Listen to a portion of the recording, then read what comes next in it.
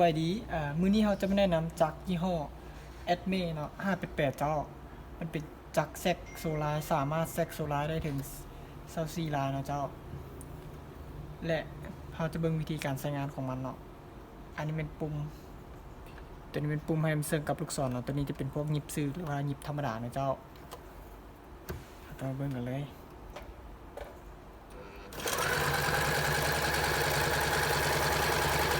เจ้าตัวนี้มันจะทีเนาะเขาก็จะปรับห่างออกขึ้นนี่ตัวนี้มันปรับที่ปรับห่างเนาะเจ้า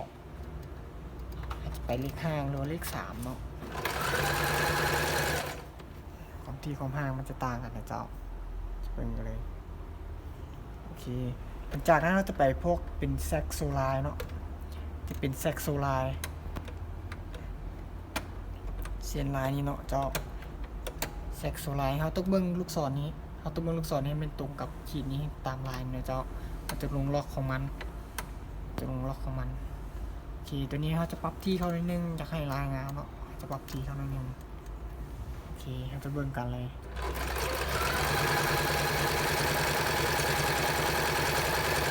หรือว่าเขาจะปรับที่เขาอีกก็ได้เจ้าจะเบิ่งตาม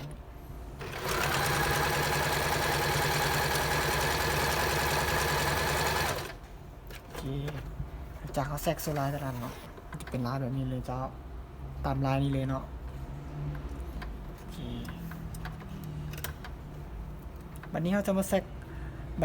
กหูกระดุมเนาะเจ้าเขาจะเปลี่ยนตีนผีนี่ออกตัวนี้จะเป็นตีนผีธรรมดาเนาะเจ้าเขาจะเปลี่ยนออกเขาจะใส่ตีนผีตัวที่ว่าสามารถเฮ็ดหูกระดุมได้เนาะเขาจะยกคันโยกขึ้นของตีนผีขึ้นเนาะเขาจะก้าให้มันตรงกับเหล็กก้าให้ตรงกับเหล็กแล้วเขาจะเอาเหล็กลงเนาะตัวนี้เจ้าโอเคจากนั้นเขาก็จะเอาได้เนาะเขาจะได้สอดเข้ากล้องตรงนี้จะได้สอดเข้ากล้องตรงนี้เนาะเขาจะกะอันนี้เขาจะเอาสำไหนเขาจะเบิ่งตามตัวนี้เลยนะเจ้าจะเบิ่งตามตัวนี้เลยเนาะเขาจะเอายาวสำไหนเขามันจะมีขีดบอกนะเจ้าตัวนี้มันจะมีขีดบอกเขาจะสามารถดูดได้ตามระดับที่ท่านต้องการเนาะจะมาเบิ่งกันเลย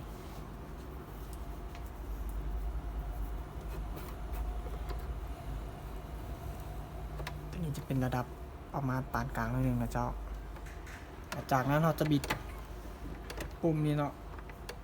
ปุ่มของการแทรกของกระดุมเนาะมันจะมีหมายเลขเตือนของมันบอกเราจะเอาปุ่มกลางก่อนเราจะย้ำหัวก่อนเนาะเจ้าตัวนี้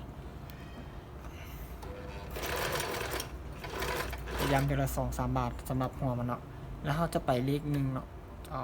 จะลงล็อกของมันให้มันเซิงอยู่กับลูกศรนี่มันขีดหมายเนี้ยเนาะ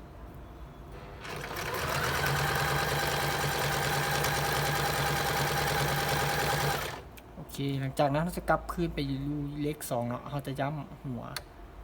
โอเคจะย้ำแต่ละบาทสุดท้ายแม่นเขาจะไปเลข3จะไปเลข3เนาะเจ้า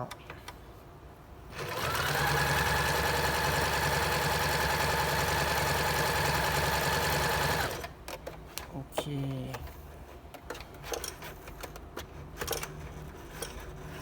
จะไปเบิ่งหูกระดุมกันเลยนะเจ้าตามนี้เลยตามแบบนี้หรือว่าแบบตัวนี้จะเป็นขนาดยาวหรือว่าใหญ่นะเจ้าถ้าสนใจจากตัวนี้เนาะจาโนมี่ตัวนี้เนาะแม่นให้ติดต่อทางเพจของเขาหรือว่าห้างของเขาแม่นตั้งอยู่บ้านทุกคนคำกงและข้ามกับลาวโตโยต้านะเจ้าขอขอบใจ